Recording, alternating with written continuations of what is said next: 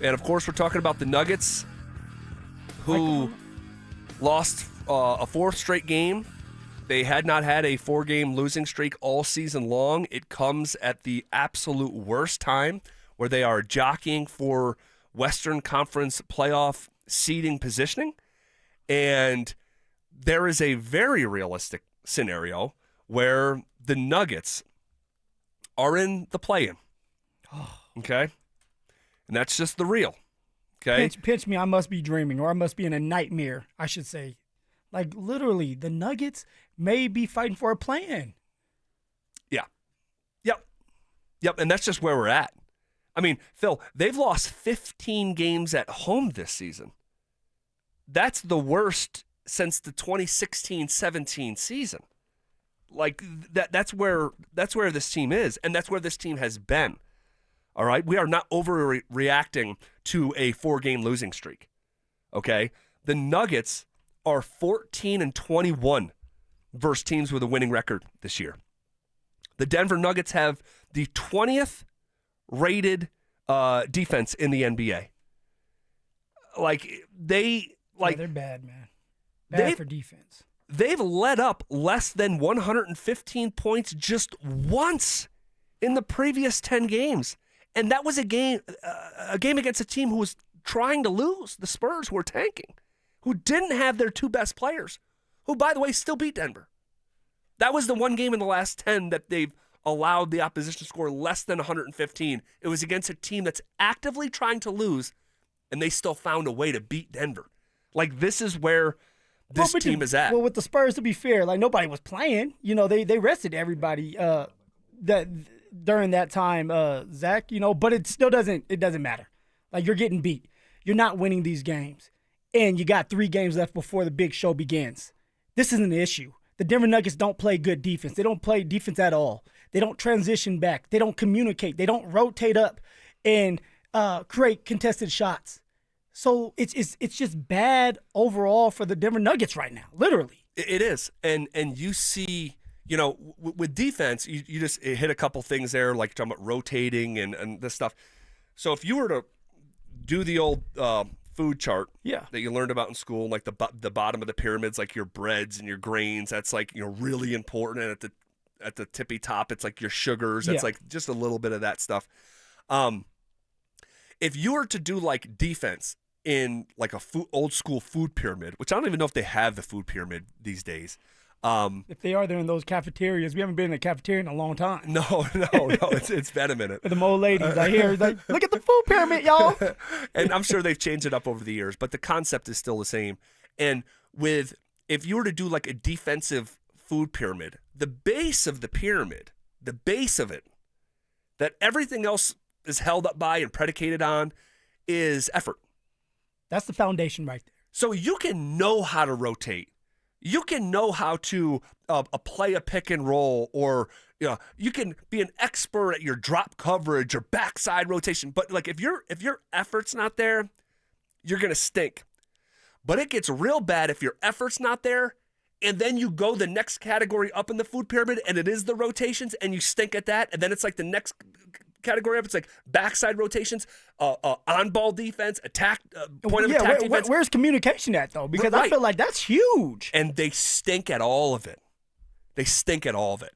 And I have to tie half of my brain behind my back to think that this group that I've watched for 79 games is going to flip some switch and start being even an upper half of the league defense and be winning multiple playoff rounds with this type of defensive team that they are. Like, are they at least trying? Because sometimes it looks like they're trying, but they're just out of place. Last night they weren't.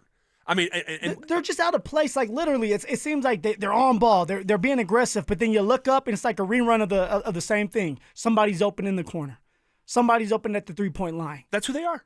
This is who they've been. I had a high school coach who reached out to me a week ago. Might have been a week and a half ago. He said, I would literally be losing my mind if my guys did some of the stuff that the Denver Nuggets do. Well, you know Michael Malone has no mind now. You know he has pulled out all of his hair. He is frustrated. He is a defensive-minded coach, and yet the Denver Nuggets are not a good defensive team. Like, make that make sense to me. And that's why I think it's fair for us to ask the question 2 weeks ago, is Michael Malone's voice lost? Brought up to Pat Riley, the 10-year rule, the 7-year itch, call it whatever you want, that like at a certain point in time, your voice gets lost. And I'm not saying that's at the nucleus of why the Nuggets stink so bad defensively, but the question deserves to get asked. And this whole year, actually, before we get into that, do we have Michael Malone from Dante from last night? Do we have Malone? Okay. We do? Okay. We'll get it in a second because Malone was talking about their defense last night, and I think it's worth playing. Okay, and we'll play it here in a second. But what I want to make sure, at least on this show, this is not new.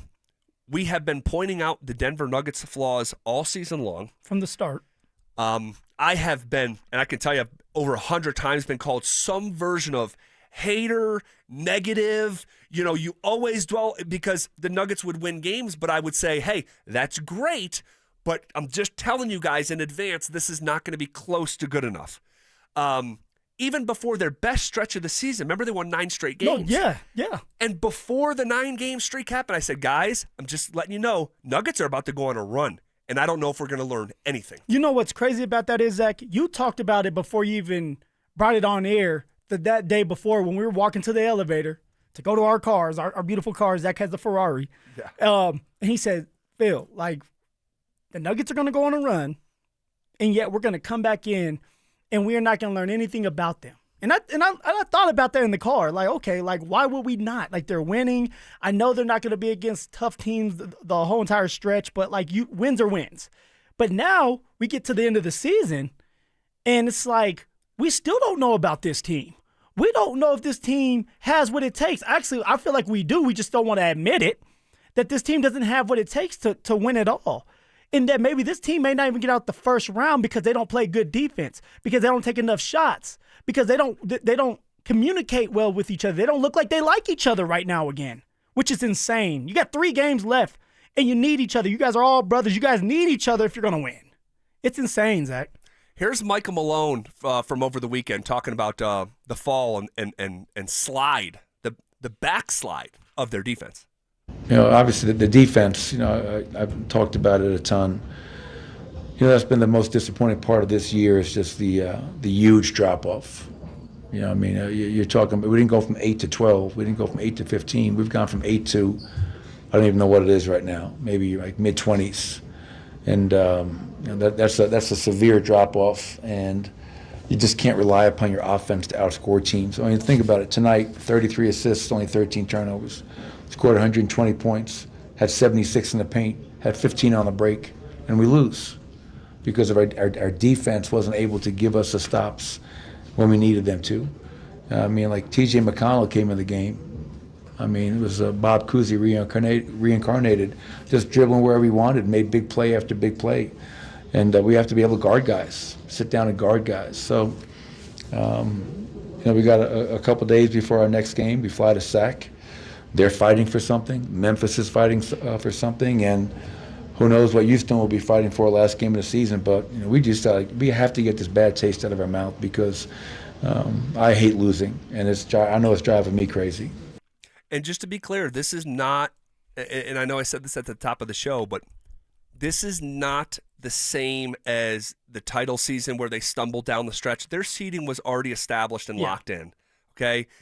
This is not that. These are huge basketball games, and they've been huge. It's not just 1, it's not just 2, it's not just 3, all right? And you're seeing a group that doesn't look motivated. You're seeing a group that looks severely disconnected. I'm watching Nikola Jokic as frustrated as I can ever remember him as a member of this team.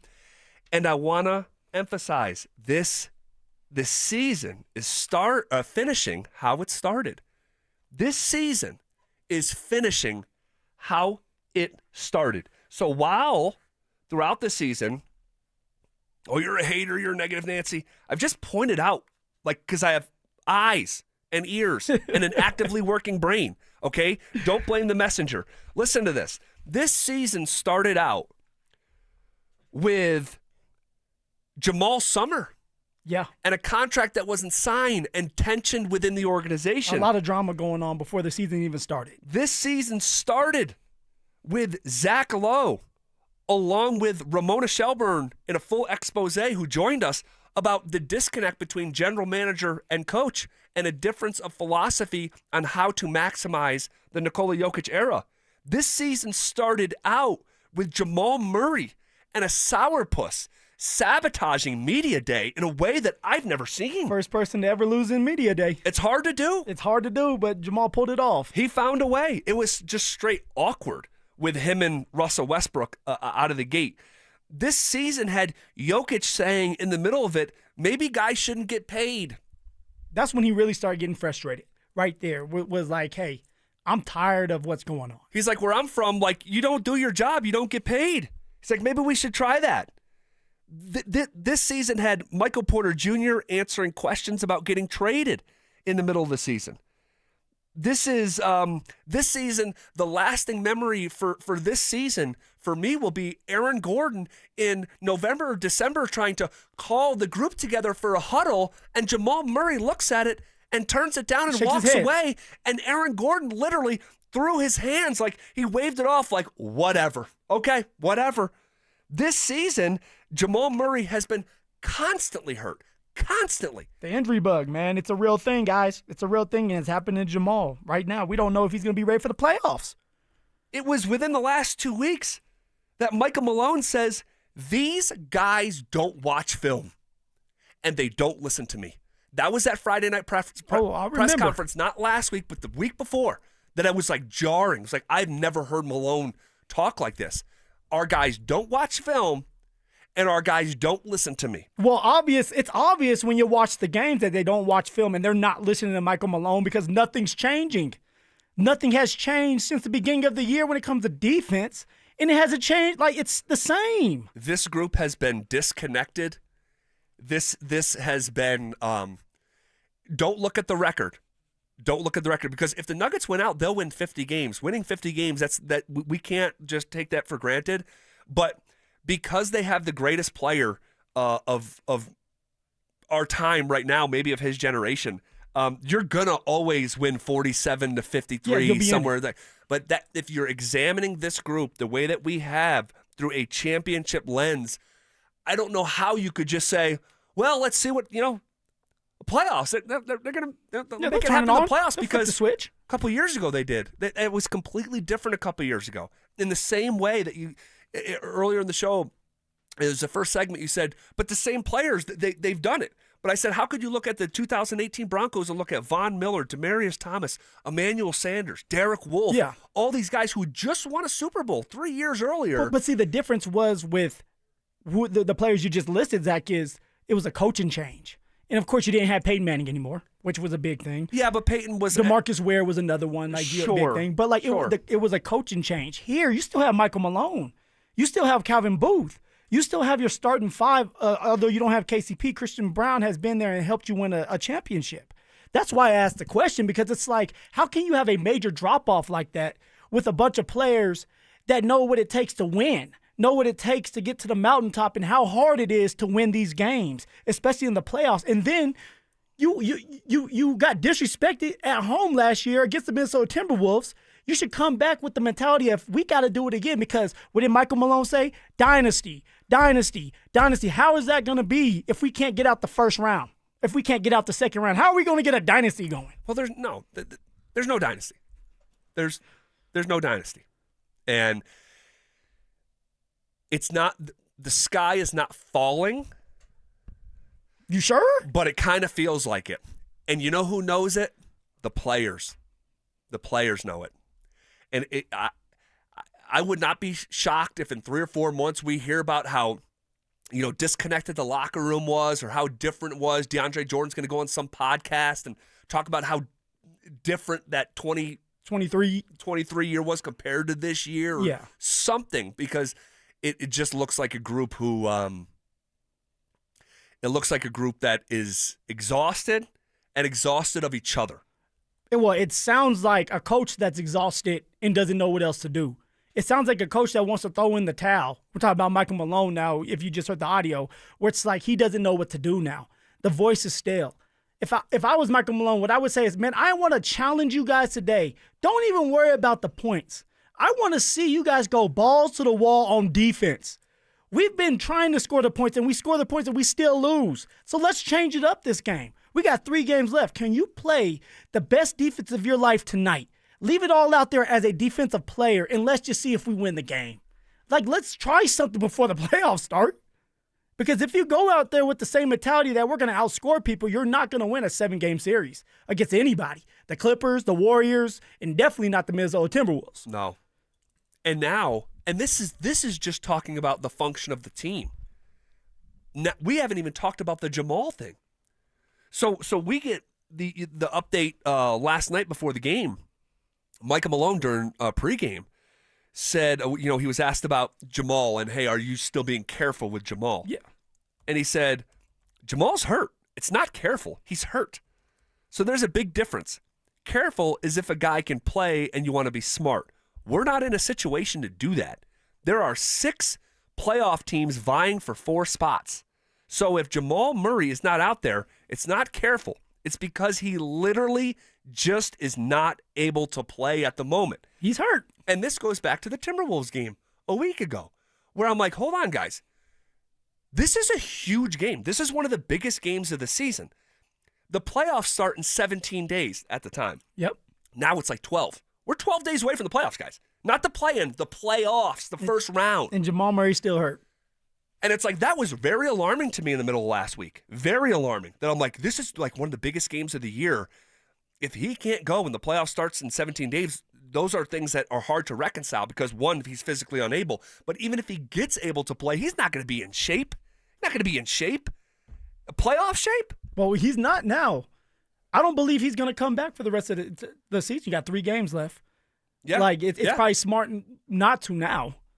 But you're going to have him in the playoffs. He's going to have to find a way. And they're going to go at him now because you said the shape.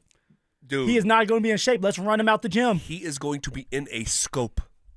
In a scope. Like, so what do you do then, Zach? All right, like, what do you do? Jamal comes back. He's not in shape. Jokic, doesn't play good defense, and he's scared to play at the beginning of the games because he doesn't want to foul out. I understand. So how do you go about this when the playoffs start? Like, what would you do? Make this make sense to me. I'm all ears. Phil, the thing is, like, I don't know if there's not some like, magic potion. Harry Potter, hey, Hermione, like reach deep in your bag and grab that defensive spell. Yeah. Like, no. Yeah. Like, you're 79 games in. This is who you are. And they are so flawed from a personnel standpoint or in a roster construction standpoint. They don't have the depth. They don't have the depth. All right? They don't have the shooting. They don't have the defense. And now you're telling me your second best player going to miss the rest of the season and we're not going to see him for a couple weeks and the next time you're going to see him is in the postseason? I am totally open and receptive to be stunned and blown away by a revival of Nuggets basketball. Could it happen? Could it? Yeah, I mean, it could. Lives within the realm of possibility. If you're really digging deep to try to say, hey, this team has done before, they can do it again, I guess you could put it out there, but you are who you are. You are who you are. You're not changing. You're not that team, though. You weren't that team last year, and this team is worse than that team. And I'm passionate about it. I get fired up about it because I'm so disappointed. Because when we were doing the show this time last year, I was adamant. I had never been more confident in anything that the Denver Nuggets were going to go back to back. Remember me saying they have the keys and they have the codes. Yes. Once you find out how to win and unlock that door. And you were still saying that this is an organic group and that Totally. the tissues are still connected and like they have everything what it takes to get to that mountaintop. And they did. They had the depth. Christian Brown was coming off the bench. You didn't have Bruce Brown, but you still had KCP. Yeah. Right? You had pieces there. You still played better defense than you did this year. And, like, what? And last year's team would beat this year's team 8 out of 10 times. So it's So who would you blame if you had to? Because like people love to blame people. People love to blame them, whether it's the general manager blaming the coach, whether it's the coach blaming the players. Who are you blaming? Or is it a collective group of everybody just not on the same page and like everybody's in this together, which they are?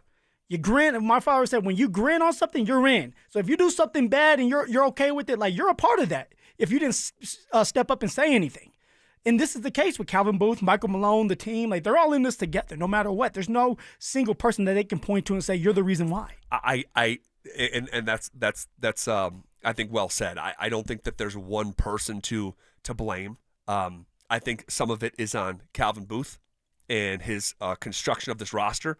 I think some is on Michael Malone for a litany of things, quite frankly. I think some of it is I want to say not for any fault of his own, but being out of shape is a correlation to getting hurt, and Jamal has been consistently out of shape and consistently hurt. So you tell me, chicken or the egg? Is it the lack of being in tip-top shape that leads to injuries, or is it because he's always injured, he's not in great shape? I don't know. I can't make heads and tails of it, and I really don't care because it is what it is. It's professional ball, so it is what it is. Peyton Watson and his lack of growth and development in a way that I thought was coming, and he got banged up during the year. That's part of it. But Julian Strother, who doesn't that doesn't play defense at all. No, he got banged up. He did as well. The Russell Westbrook thing has, I think, just been an ill-advised thing from the very start. I said that and have maintained that. But we talked about it, though, Zach, because it's like, who else? Who else were we going to go after?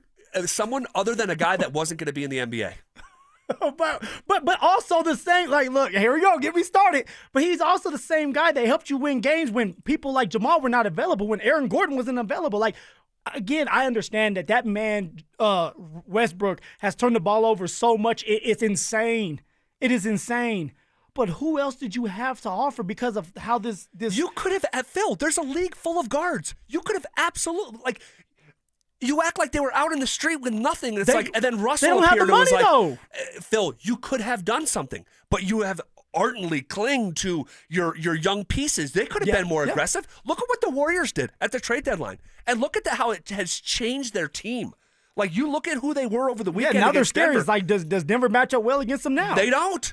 I told, and Will was calling me out. I'd rather play the Lakers. I'd rather play Luka and LeBron in that flawed roster than play the Warriors. Honestly, I would. And maybe that's the wrong answer, but regardless, it's like there's a lot of blame to go around. There's a lot of blame to go around. Yeah. But here's one thing that I believe, that this organization is currently failing Nikola Jokic. It's failing him. And you're not maximizing one of the greatest careers we've ever seen. So this is where they're at. Buckle up, playoffs. It's going to be a rough one. This is just where we're at. And we'll see. You know, we'll be open to something different, but based on the evidence, it doesn't look great. It doesn't look great. And I think the guys themselves would tell you that. And that moment on the bench, did you see Aaron Gordon trying to talk to Peyton Watson? Yeah. Peyton Watson won't even look at him. Then Aaron Gordon walks away. He's continuously like trying to get through to him. Then Peyton Watson's barking back at him. And then Gordon did what he did 4 months ago when he tried to huddle the group. He's just like waved his hands like, okay. It's like, okay, you know everything. Like, you young bucks think you know everything. Like, Yeah. let me just shut up. Yeah. Let me just shut up and let you guys go out there and lose, which we end up losing. You got it. Okay. It's discouraging, man. You want to react to that conversation?